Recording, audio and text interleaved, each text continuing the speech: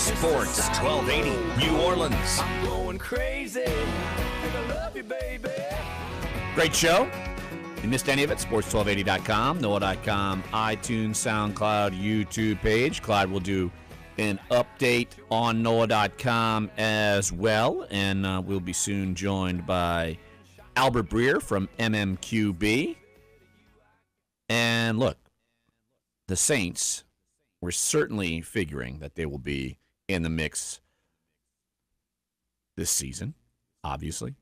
Even though Vegas thinks the San Francisco 49ers are better, that's kind of bizarre. They got a lot of traction yesterday. I was about to say, that's kind of bizarre, but no, there's no doubt they've prepared themselves for staying in the mix here in the NFC, and, of course, as a Super Bowl contender. And joining us right here on the show, MMQB's Albert Breer. Albert, appreciate you jumping on the show. Just first off, Saints-wise, what do you make of their offseason? We know Drew Brees was going to be coming back. Of course, they cut it close. People panicked. No big deal. He's back. But what do you make of what they've done this offseason? Well, Larry, I think one of the main things you can look for from the Saints is internal improvement, and, I know they took their big swings and, looking at Jimmy Graham and looking at Ndamukong Suh, and I guess right now the Suh probably winds up with the Rams.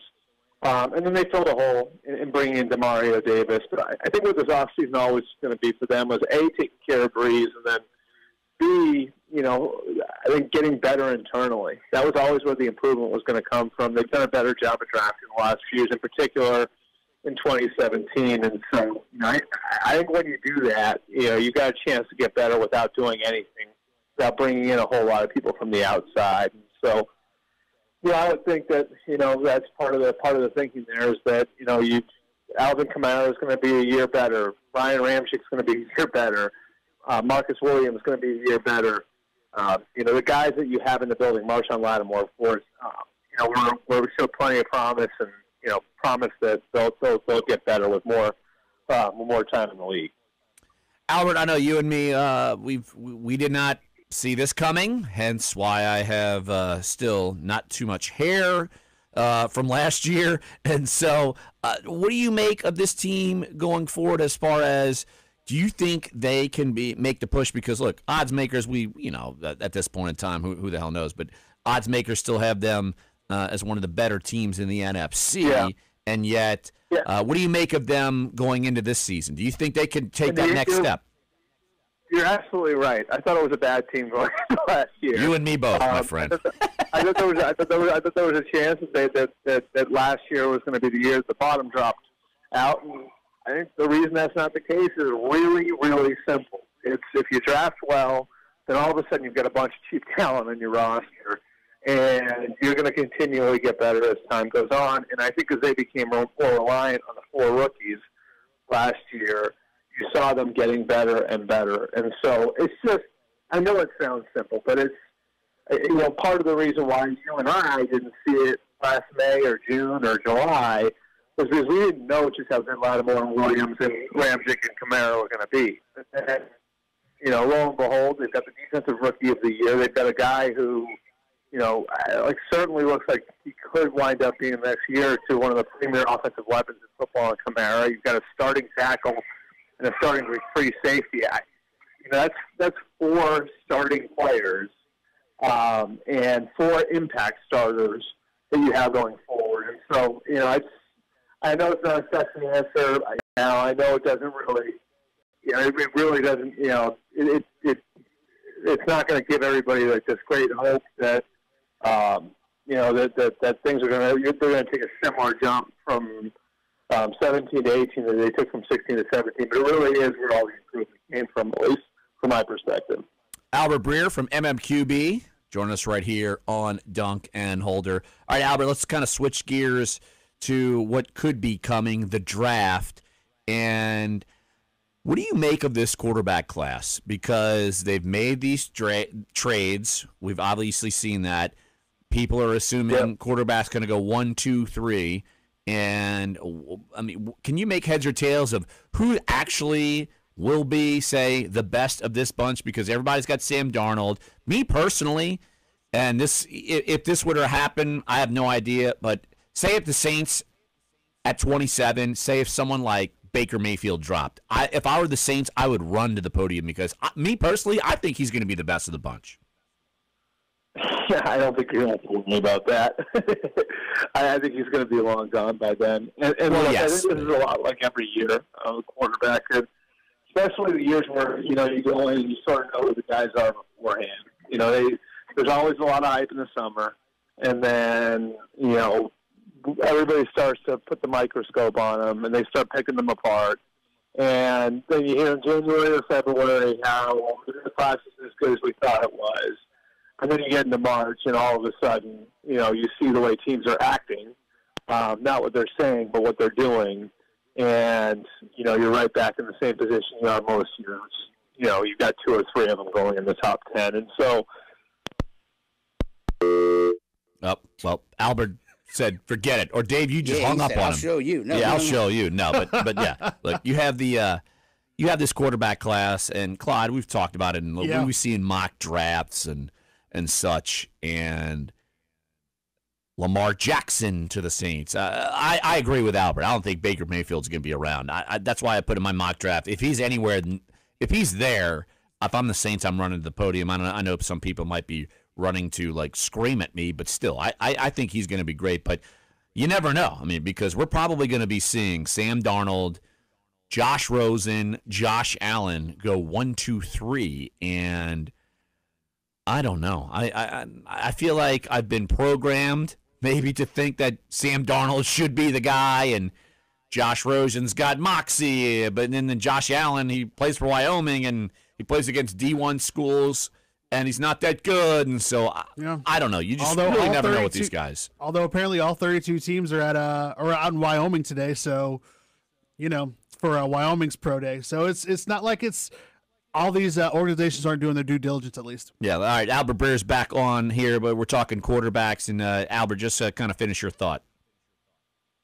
Yeah, no, I mean, I look at the same thing as we go through this every year. It feels like every year it's, you've got the excitement before the college season, and, the guys who have been identified get picked apart during the college season, and you hear in January and February maybe they're not as good as we thought they were. Then you get to March and April. If you watch what teams are doing, not what they're saying, you see that the value is still there. And I think all of these guys certainly have flaws. They certainly have, each one of them's got an issue that you say to yourself, okay, is that going to be the one that undoes his ability to be an NFL quarterback? But that's not unusual, And so I think those 4 guys, Josh Allen, Josh Rosen, Sam Darnold, Baker Mayfield, all have potential to be franchise quarterbacks. We know the law of averages tells us that, not every one of them is going to pan out, and you'd be lucky to get 2 out of the 4 right. But I think each of them has shown enough potential where, there'll be considerations for teams going, picking 2, 3, 4, 5. And, I think it's certainly something that is, something that shouldn't surprise anybody who's been paying attention the last few years. Well, that kind of goes into my question. I saw... at least earlier this week, you were on The Herd with Colin Cowherd, and you were talking about why the looming lack of 2019 draft-eligible quarterbacks is putting a lot of pressure on teams in the NFL to do work this year. And specifically, I think it's interesting for Saints fans, specifically knowing that with Drew Brees having a 2-year deal going into just really the next year and in 2019, how does that kind of flow of needing to get a quarterback either this year or as quickly as possible in free agency or the draft is going to play into how the Saints go forward and looking for the next quarterback to replace Drew Brees eventually when he's done? Well, go back last year, and I think there were some teams that were near the top of the draft that looked at it and said, well, Mr. Trubisky's okay, and Patrick Mahomes is a way to go, and does Deshaun Watson project to what we want to do? And they look a year down the line, and at this time last year, everybody knew who Josh Rosen was. Everybody knew who Sam Darnold was. Everybody knew about Josh Allen. And so, teams do, go through that exercise and looking at, what's a year out and what your answers at the position could be. a year down the line. And so that's certainly part of the equation for the teams here where, I think you struggle to find a couple who have the potential to go in the first round. Now, that can all change. Mitch Trubisky was somebody who came out of nowhere and wasn't even starting the year before, so we've seen those sorts of things in the past. But as you're projecting it right now, at the end of March of 2018, and maybe like NC State's Ryan Finley would be a possibility to be a first rounder next year. There aren't obvious names. There aren't a lot. There aren't the obvious names that you had last year at this time, and so for a lot of the teams at the top of the draft, you're looking at it and you're saying, if we don't get our answer now, we might have to wait till 2020. And so the effect it's going to have on the board. Say you're Buffalo, and Brandon Beane and Sean McDermott, they're going into year 2. Well, if you can't trade up and get one this year, then you're looking at it and you're saying, we've got A.J. McCarron for this year and next year under contract, and we may not have a long-term answer out there for us next year. So if A.J. doesn't work out, we could be looking at, waiting until 2020 to get our franchise quarterback, which would be going into year 4 for those guys. So that puts pressure on those guys to try and move up and try and get in a position to get one of the guys this year. And I think that's part of what will push these guys up the board, and I think it's part of why there is a possibility that we see quarterbacks going 1, 2, 3, 4. Wow, 1, 2, 3, 4. Wow. That would be pretty damn remarkable. Yeah, I don't think it's off the board. I mean, look, there are teams that really like Baker Mayfield. And I know he's sort of been pegged as the one that's, could slip a little bit. But there are teams that like him better than the others. And there are certainly teams out there that like him better than Josh Allen. There are teams that like him better than Josh Rosen. Darnold's kind of, I think, separated himself from the pack to some degree. But there are a lot of teams that like Baker Mayfield. And so, I think a lot of people assume now it's going to be 1, 2, 3 quarterbacks. If it is, I wouldn't expect that Baker Mayfield will last too much longer after that. Come on, we can't have Sean Payton and Baker Mayfield in the middle of the field like crotch chopping people. Come on. Yeah, you guys want to go back to my first mock draft? I had to do it in November or something like that. You guys know those things click, so they were thirsty for one of those. And my first mock draft, I think it was in November. This was when nobody was really talking about Baker Mayfield as a first-round pick, and I mocked him to the Saints at the bottom of the first round because I just thought the fit between Peyton and Mayfield was like magic.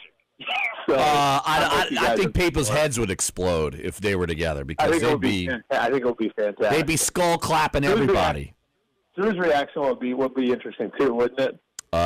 Yeah, just like when the Saints drafted Mark Ingram and Reggie Bush says, "Nice knowing you, New Orleans." He tweeted something like that, and he knew it was coming. Yeah, exactly. Albert, appreciate the time, my friend. Thanks for jumping on the show. All right, you got it, guys. All right, that's Albert Breer, MMQB, one of the best in the business. All right, let's take one final break. And Dave, we have not yet called for the keyword, right? No, we have not. No, we have not. Keyword, or actually, key phrase. Key phrase. That's a hint. So you could just make up a phrase if you want to scream at Dave. Someone wins. So we want your key phrase. I may or may not have forgotten it. I'm trying to remember if I remember. I know what it is. Okay, good. Thank God somebody was paying I attention. know what There you it go. is. It's a certain procedure that's going to be procedure. Make it sound like surgery. Colonoscopy. Yeah. That's the word. A lobotomy. Yes. Prostate check. No, that is not the key phrase. But if you remember it from hour number 1, give us a call, 504-260-1280, and you will win Pelicans Blazers tickets March 27th. Huge game that will be next week. So give Dave a call. We got one more segment here. Sports 1280.